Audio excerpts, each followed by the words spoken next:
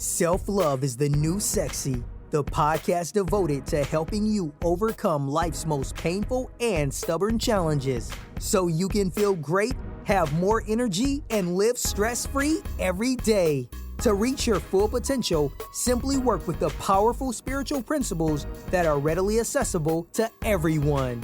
It's easier than you think, and on today's show, W. Mark Watts is going to show you how starting with self-love is the key to joyously and harmoniously making that happen. Hey everybody, it's W. Mark Watts, and I want to say a big hello and thank you to all of my first-time listeners as well as all of my returning listeners. Thank you for coming and hanging out with me for another episode of Self-Love is the New Sexy. And you know how I like to do it, or if you don't know, I like to get right into things. And tonight's episode, I think, will be fairly quick, but I do want to address a couple questions that I've received recently. And those questions have basically been centered around the thought or the idea is just how do we end up in a place where we are deficient as far as self-love goes, where we're not as loving of ourselves as we could and should be. And it's a very valid question. It's something that I've worked through and tried to understand. So I just want to talk on that for a few moments tonight, and then also introduce a couple of concepts that we may build on as the podcast, as the first season of this podcast goes on. So just to address that question is, how do we find ourselves in this place where we are self-love deficient, or where we really need to work on that aspect of our life? Well, it basically is something that we've attracted into our lives, or that we've kind of fostered in many ways. So what happens is our mind is a very powerful thing, and our mind works pretty much like a computer. Computers are actually a derivative of how our mind works. So every computer runs on some type of software that controls how it works and what you're able to do on that computer. And your mind is very much the same. And what happens is, the first concept I want to mention is just the law of attraction, which I've alluded to a moment ago. Is the thing, and the law of attraction is very basic and simple in its principle, and you can find information on it all around the internet. So you feel free to go surf and look it up and get more details, because I'll be real brief here. But the law of attraction in a nutshell means like attracts like. So whatever you're thinking and feeling consistently and with a lot of emotion, you are tending to attract into your life. So that's the first concept. Now, how do you if you're attracting situations in your life that you don't want, then how are you attracting it? Well, you're attracting it because in many cases, dating back to your childhood, and sometimes in some cases beyond that, and in regards to your current environment, we pick up energies, we pick up thought patterns. People tell us that we're unworthy, or they don't accept us the way we would like to be accepted, or they don't love us the way that we think we should be loved, and they say mean things to us. We start to believe those things, and our mind works much like a computer. It's a recording computer. So it's recording everything that we're taking in, especially in those formative years. That we're recording, the mind just automatically records everything, and where it stores it is the second concept that I want to mention tonight, is in our subconscious mind. So there's really two aspects of our mind. It's the subconscious and the conscious. The conscious mind are the thoughts that we actually think on a daily basis, which is roughly about, depending on which scientist you listen to or you subscribe to, which is roughly anywhere from as little as 1 to as much as 10% of our overall thoughts. Now, the subconscious mind, which is the bear of the two, controls anywhere from depending on who you listen to, 99 to anywhere from 90 to 99% of our thoughts every day. And the subconscious thoughts are all automatic. For example, if you drive and you drive anywhere consistently, how often do you recognize that you have to think about where you're going? So for those of us who have a job and you go to your job every day, literally virtually the same way, how often do you actually think about every step it takes to get you to work every day and home? If you think about it, not very much, right? In the beginning, if you don't know where you're going, you think about it a lot. But after you've done it a couple weeks or so, your subconscious mind pretty much takes over that process. It remembers what you're doing. It takes, it keeps track of exactly what you're doing and where you're going. And so it starts to become automatic. And your subconscious works that way consistently. Every day, it's automatically doing those things that it's familiar with, that you normally do. And it's all about saving you time from having to really think about that, right? So if the subconscious is running your life, basically, and you've allowed negative things to infiltrate your subconscious, then your subconscious is playing this information in the background all day, every day. And when it's doing that, what happens is it tends to attract those thoughts, those similar people, same type events, anything that is similar to what's playing on your subconscious mind, you tend to attract into your life. Now, that manifests in negative thoughts and beliefs about yourself and about life in general.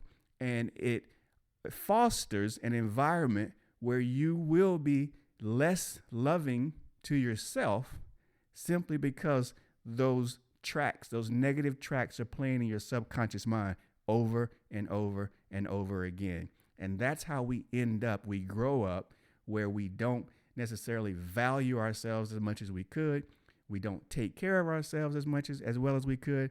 And we have become ingrained, and we really, on a subconscious level, subscribe to a lot of the things that we grew up hearing and being a part of in our life. We hope you're enjoying today's show. If so, please take a moment to show your support for the show by leaving us a 5-star rating and review on iTunes. If you have questions for W. Mark Watts, please feel free to contact him over at wmarkwatts.com, on Instagram at wmarkwatts, or on Facebook at Self-Love is the New Sexy. And so here is the flip side. The flip side is, of course, having that knowledge. Now we have to reverse that. And how do you reverse it? Well, of course, we've got to start to change the programming in our subconscious mind. Because even though with that 10% or that small percentage of the conscious mind that we're using, like thoughts like, okay, I'm going to record this podcast today. That's not an automatic thought in my subconscious right now, because that's different. It's a different process. I'm doing different material every night. So I have to consciously think about that. So that is not an automated process. So I have to really think about it. And that conscious part is how we have to start. We have to really use our conscious mind to start to reprogram the subconscious mind. And the way you reprogram the subconscious mind is you have to do the exact same thing that it's been doing already. And you have to use the way it works to your advantage. You have to give it the thoughts and place it in an environment and be around people who are positive and encouraging. You have to feed it really good stuff consistently so that the subconscious mind starts to pick up, hey, this person is really being nice to him or herself. This person is around great people who are saying positive things. She's reading books that are encouraging, that are fun. She's laughing a lot. She's doing things that really get her excited and make her happy. And your subconscious starts to store all that information. And so now as that information starts to take over the things that are already there, they become, the old data starts to get pushed to the side, and the new data that you're putting in starts to take the forefront. And now, as you increase your vibration and your emotional attachment to those great things, those good things, your life, just again, by the law of attraction, you start to attract more of those things in your life, more of those good things, more of those people, more of those positive events, more of those things that are in line with who you are and what you want to feel and what you're focusing on each and every day. So that's one way that you start to reprogram your subconscious mind, so that 90% of automatic thoughts and that automatic attraction that's going on without you ever really doing anything to it, that tape, that computer, your mental computer, your mind is constantly working to bring those things that you want into your life. And, I can testify to that on many different occasions, and you can testify to that too if you look back at your life, because it's not an all or nothing thing. You've had instances and you've had times, and often probably many of them, where you have resonated in the positive, where you have received things that have really been what you wanted in your life. And the chances are that you attracted some of those things in your life because you were thinking positively, you were working hard, you may have been studying, you would put that stuff out there. You've programmed your mind to look for things that were connected to what your thoughts were and your wishes and your desires were, and it showed up for you. So you've done it. It's just now we got to make it a more consistent practice, and we've got to do it more on purpose, because we're after bigger goals now. We're after really making this our norm. We want to become really conscious of the thoughts that we're having, the company that we keep, the goals that we want to achieve, how happy and joyful and blissful we want to be each and every day. We want to consciously make that our main objectives every day, so that then subconsciously it becomes our main objectives every day. And then outwardly, it becomes our main attraction. Those types of things are attracted to us because that's where we're living. That's where we're thinking. That's where we're dreaming. That's who we are.